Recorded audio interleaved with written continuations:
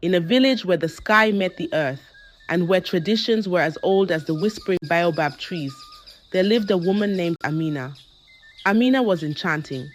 Her eyes were dark pools of wisdom, and her laughter had the power to make the sternest elder smile. Yet, despite her beauty and charm, she remained unmarried. Tired of her solitude and desperate to find a husband, Amina consulted the oracle, a wizened old woman named Nia, who could commune with the ancestors.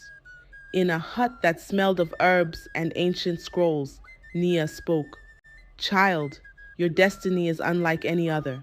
The man who fathers your child will become the ruler of this village, and his reign will bring unparalleled prosperity. Intrigued and emboldened, Amina devised a radical plan. She would sleep with every eligible man in the village. This way, she reasoned, she would not only find her destined husband, but also secure the best future ruler for her people. As weeks turned into months, the village began to buzz with rumors. Amina's unconventional search for a husband became the talk at every gathering around every fire. Finally, Amina found herself with child. She was radiant, her belly round and full, a living testament to the prophecy. As her due date approached, tension thickened in the air. Each family with an eligible son began to claim the unborn child as their own, laying their stake to the future chieftainship. In the middle of this maelstrom, Amina gave birth to a healthy baby boy. The village rejoiced, but the joy was short-lived, for the next problem was immediate and pressing. Who was the father of this child born to rule? Elders convened, wives gossiped, warriors sharpened their spears. Everyone had a theory, and every man wanted a test. The village was on the brink of a civil war, and only the true identification of the child's father could bring peace. Yet Amina remained serenely confident. She knew that the prophecy would not fail her, nor would it fail her people. And so, with her newborn son cradled in her arms, she awaited the revelation that would change the fate of her village forever. A week had passed since the birth of Amina's son, whom she named Tariq, meaning he who knocks at the door. It seemed as though Tariq was indeed knocking at the door of a new era for the village, one fraught with uncertainty and anticipation. The Council of Elders, the esteemed body responsible for making major decisions in the village, convened under the oldest baobab tree. Its gnarled branches seemed to sag with the weight of the momentous decision ahead. Our ancestors have always shown us the way in times of both harmony and discord, said Osei, the eldest among them, his voice trembling like the last leaves of autumn. We must seek their wisdom to resolve this crisis. Just then, Nia, the oracle, stepped into the circle, her eyes glowing with a fire that seemed almost supernatural. I have spoken with the ancestors, Naya began, her voice a mesmerizing melody that silenced even the cicadas. They propose a test, one that will reveal not just the father of young Tariq, but also the future leader of our people. Murmurs spread through the council, even among the elders who had seen many harvests and many seasons.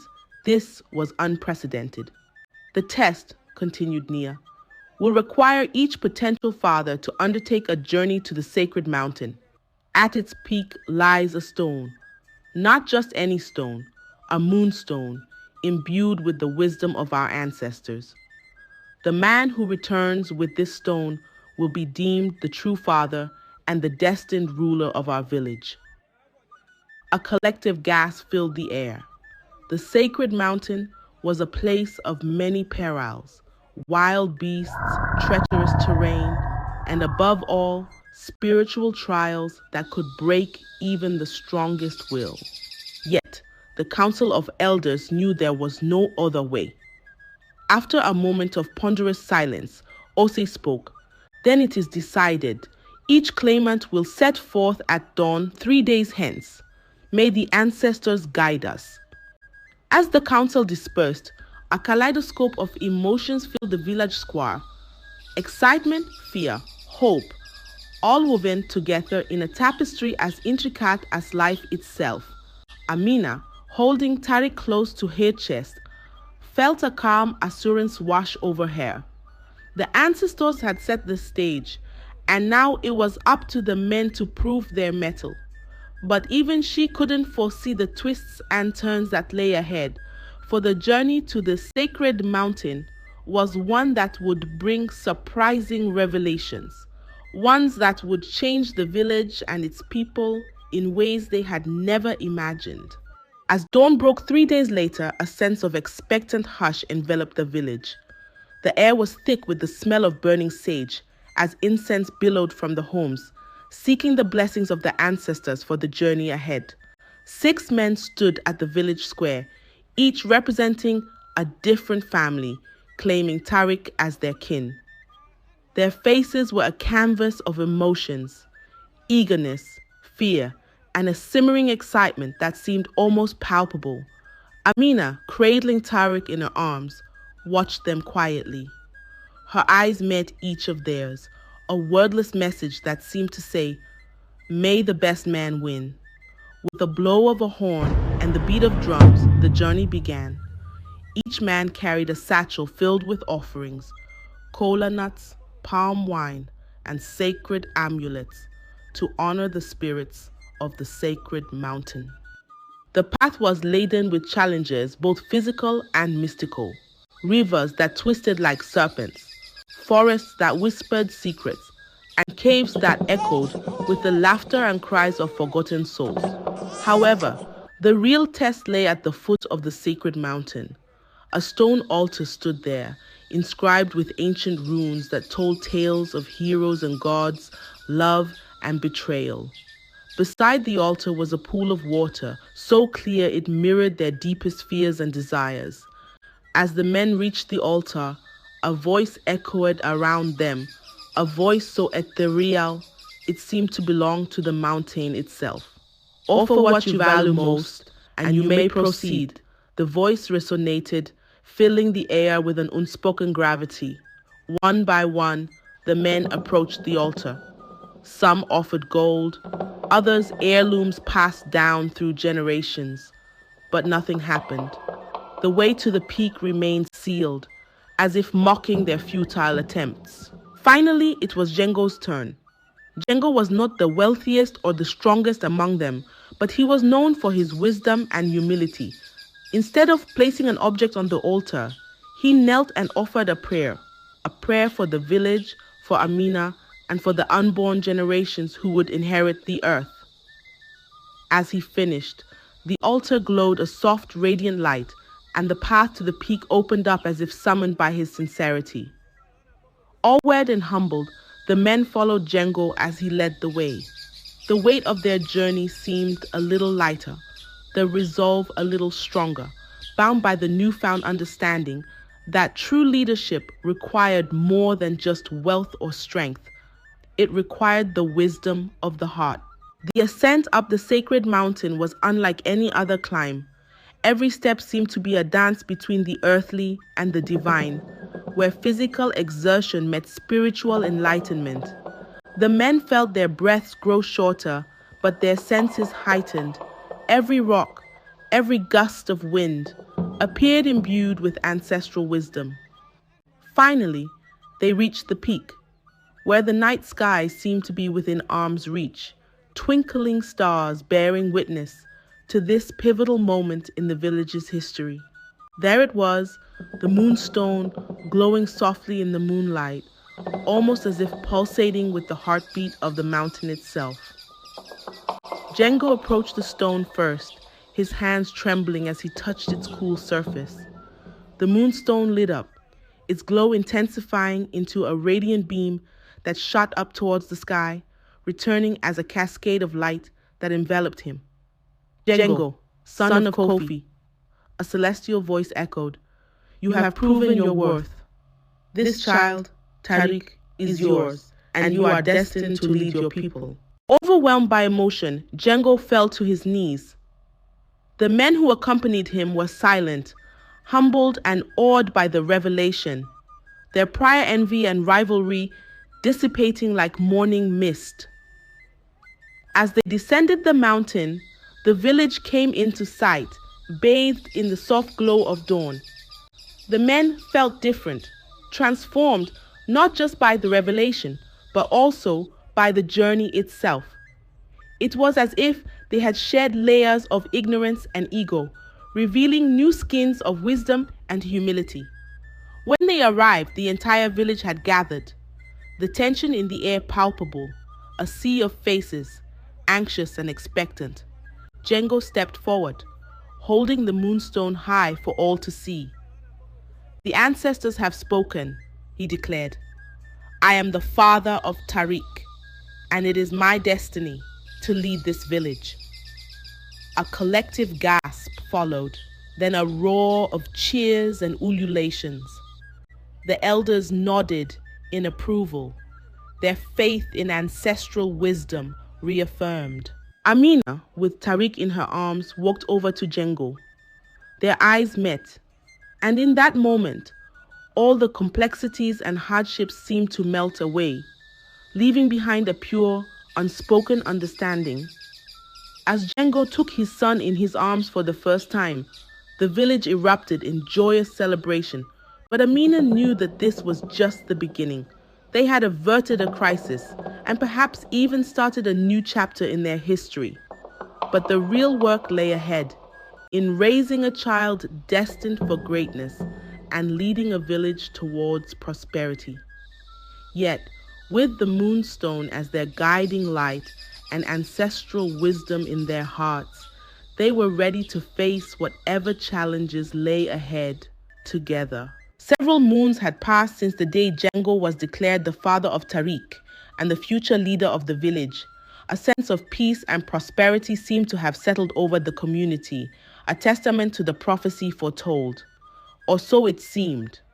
One fateful evening, as Amina was nursing Tariq under the shadow of their family hut, she overheard a hushed conversation from behind the thick baobab tree that stood sentinel-like near her home. "You've done well, Django. The village suspects nothing, and the prophecy appears fulfilled." The raspy voice of Nia, the oracle, was unmistakable. "My conscience is troubled, Nia. We have deceived the people who trust us, and I am raising a son who is not truly mine." Django's voice quivered with regret. "Ah, but you will be a wise and kind ruler? Isn't that what's best for the village? A benevolent deception, I call it," Nia responded, her tone chillingly casual. Amina's heart sank. Betrayal, like a stealthy serpent, had entered her garden of trust. As she looked at Tariq, innocent and oblivious, a new resolve formed in her mind. The villagers might have been deceived, but they deserved the truth, especially when a future leader was in question, and her son Tariq deserved to know his true heritage. But how would she expose this conspiracy without plunging the village into chaos once again? Amina knew she had to tread carefully. The moonstone, the very symbol of Django's supposed legitimacy, suddenly seemed to her like the lock to a secret that only the true father could unlock. As the village slept, unaware of the storm that was quietly brewing, Amina began to formulate a plan. A test so definitive it would reveal the true father without doubt or dispute. But first, she had to ensure the moonstone's authenticity. For if the moonstone was part of the deception, its mystical power could still point to the real father, providing it was subjected to a ritual known only to the most enlightened sages. And so, under the veil of night, Amina set forth to consult the only person outside the village who could help her, the hermit sage of the ebony forest. Amina's journey through the ebony forest was fraught with risks, hidden pitfalls, nocturnal predators, and the ever-menacing darkness. But a mother's determination knows no bounds, especially when the future of her child is at stake. Deep within the forest, where ancient trees seemed to touch the heavens, Amina finally reached the secluded dwelling of the hermit sage. With a long, flowing beard and eyes that held the wisdom of ages, the sage welcomed her. I have been expecting you, Amina, the sage began. The forest whispers tales, and your plight has not gone unnoticed. Gathering her composure, Amina told the sage everything: the birth of Tariq, the journey to the sacred mountain, and the overheard conspiracy between Django and Nia. I seek the truth, wise one, she concluded. Can the moonstone still reveal Tariq's true father? The hermit sage stroked his beard thoughtfully before speaking. The moonstone is an ancient relic of truth. Its power can be manipulated, but it cannot be entirely corrupted. There exists a ritual, lost to time but known to me, that can cleanse the stone of any deceptions. Hope kindled in Amina's eyes as she listened intently to the sage.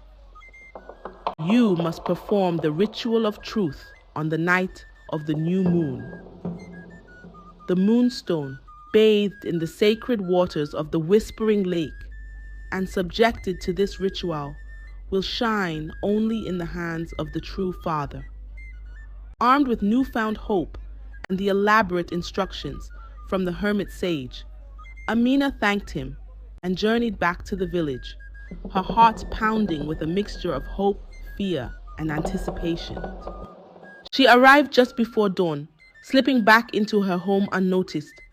In her eyes was a glimmer of resolve, for she knew what had to be done next: retrieve the moonstone from its guarded sanctuary and prepare it for the ritual of truth.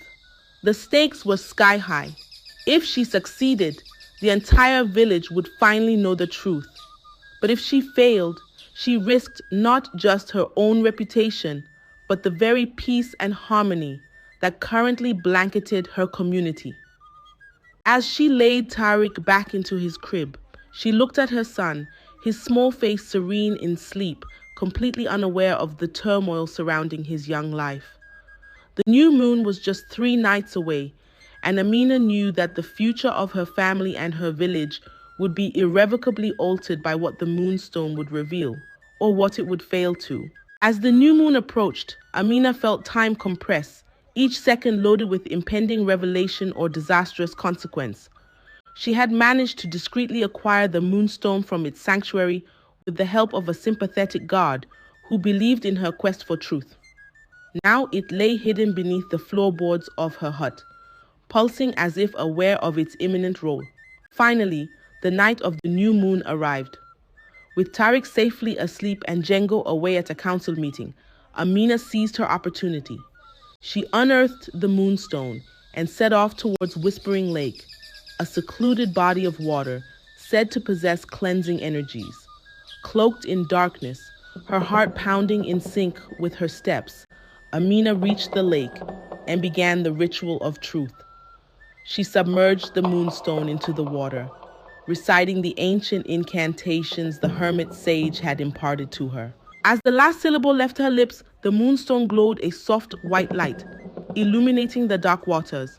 For a moment, Amina felt a ripple of energy course through her, as if the spirits of the lake whispered their approval. With the moonstone now cleansed and activated, she returned to the village, her every step shadowed by both anticipation and dread. Tonight, the village would gather for the Feast of Ancestors, a night of celebration, but for Amina, a night that would bear witness to either her ultimate vindication or her deepest disgrace. At the feast, as the villagers danced and sang, Amina revealed the moonstone, claiming it had been further empowered by the spirits for a special blessing. The crowd, high on communal fervor and intrigue, was eager to witness the spectacle. As per the ancient rites, let each potential father hold the stone, Amina announced, her voice unwavering. The true father of Tariq will activate its light. One by one, the men came up, each gripping the moonstone tightly. But the stone remained inert, its light dim, as if withholding its power. Finally, it was Django's turn. The crowd held its collective breath. Django held the stone, and it flickered but did not fully illuminate, Murmurs swept through the crowd, turning into exclamations of surprise and confusion. Before anyone could speak, a voice erupted from the back. Wait, the stone speaks not just to the hands that hold it, but to the eyes that meet it. Amina, look upon the stone. It was Nia, her eyes gleaming with a peculiar mix of fear and excitement. Amina lifted her gaze to meet Django's, her eyes then dropping to the moonstone. At that moment, the stone flickered violently and then went dark. Gasps filled the air. Django's face turned ashen. Amina's eyes met the crowd's, and in that moment, they all knew. Django was not the true father. The silence was shattered by Nia's maniacal laughter. You see, even the best laid plans falter before the will of the spirits. In the aftermath of the failed ritual, the village was consumed by a volatile mix of disbelief, anger, and urgent curiosity. The elders called for an immediate council meeting, its atmosphere charged with tension thicker than the humid night air. Nia was the first to speak, her voice dripping with a blend of regret and revelation. My fellow villagers, we've been entangled in a web of deceit. The spirits have spoken through the moonstone. Django is not the true father. However, this should be a time of awakening, not division. The council erupted into a cacophony of arguments and accusations. Finally, the chief elder, Mbaka, rose, his age-old wisdom commanding silence. Enough, he boomed. The ancestral spirits are not pleased with our folly. We must seek the truth and not let division tear us apart. Turning to Amina, he said, You've invoked the spirits and unearthed a terrible truth. What do you propose we do now? Amina's voice was firm. I propose another ritual, one that cannot be tampered with. Let every man in the village come forth and take an ancestral oath by the river of truth. There, they will declare their paternity, and the river, a divine witness, will reveal the true father. The council agreed, setting the ritual for the following dawn. No one slept that night, their dreams disturbed by whispers of scandal and winds of change. As the first light of dawn broke, the village gathered by the river of truth, its waters said to have been blessed by the gods. One by one, the men took the ancestral oath, swearing their innocence or guilt. Finally, it was Django's turn. He stepped forward, his eyes meeting Amina's. In that moment, Amina saw a flicker of something. Was it regret? Or perhaps a silent plea for forgiveness? Django dipped his hand into the river, solemnly reciting the oath. As he spoke, the waters around his hand churned ominously, but did not change color, the sign of a truthful oath. The crowd was in suspense, awaiting a divine sign. Just then, a cry erupted from the back of the gathering. All eyes turned to see a young man, Mazi, trembling as the waters around his submerged hand turned a radiant gold, the irrefutable sign of truth recognized in divine rituals. Mazi, son of Ogbo, Elder Mbaka, announced, You are the true father of Tariq, as declared by the river of truth. A collective gasp swept through the crowd. Mazi was one of the most reclusive men in the village, known for his quiet nature and rarely involved in communal affairs. As Mazi hesitantly stepped forward, Amina's eyes met his. In that brief connection, she saw flashes of integrity and sincerity, characteristics she had yearned for but not found until now. The revelation of Mazi as the true father shook the very foundations of the village. Murmurs echoed among the crowd as Mazi approached Amina and Tariq, his eyes full of humility and a quiet kind of strength. Elder Mbaka stepped forward, his presence silencing the crowd. The river of truth has spoken. Mazi is the father, and we must honor this divine verdict. He looked towards Django and Nia, his eyes narrowing. As for those who led us astray, they shall face the council of elders for their actions. Mazi took his place beside Amina and Tariq. In that moment, Amina felt a new chapter in their lives was about to begin, one marked by honesty, respect, and love, things that had been so lacking in her recent past. As the rightful father, I will do my best to live up to this responsibility, Mazi declared, his voice tinged with genuine resolve. The villagers dispersed, their hearts and minds churning with a blend of relief, curiosity, and lingering doubt. The atmosphere was electric, and a sense of anticipation filled the air. It was clear that things would never be the same again. That evening, the Council of Elders met in an emergency session to discuss the fate of Django and Nia. The chamber was tense, as elders weighed the implications of their decision. Finally, they arrived at a verdict. Django was stripped of his title and status, mandated to perform public service as a sign of atonement. Nia was banished from her role as oracle, her position to be filled by a new seer chosen through divine consultation. Both faced the village the next day to publicly apologize for their deceit. There was a palpable air of disgrace around them, but also an undertone of tragedy, a reminder that even well-intended actions can lead to disastrous outcomes when they deviate from the path of truth. The prophetic words that Tariq was born to lead seemed to be materializing. As the village prospered in unexpected ways, crops yielded more, disputes among villagers lessened, and a newfound unity took root. Even Django, humbled by his public disgrace, found a path to redemption through sincere atonement. And Nia, though stripped of her title, began a quiet life of reflection, her wisdom no longer mingled with manipulation. Thus, in a village that had been shaken to its core, a new dawn emerged, brighter, wiser, and full of promise. While challenges would undoubtedly arise, the community had been fortified by the irreplaceable virtues of truth and unity, and that made all the difference. And so, Amina, Mazi, and Tariq stood at the threshold of a promising new life, their hearts aligned with the enduring wisdom that truth, once revealed, has the power to heal, unite, and herald a brighter future. Thank you for following this intriguing tale.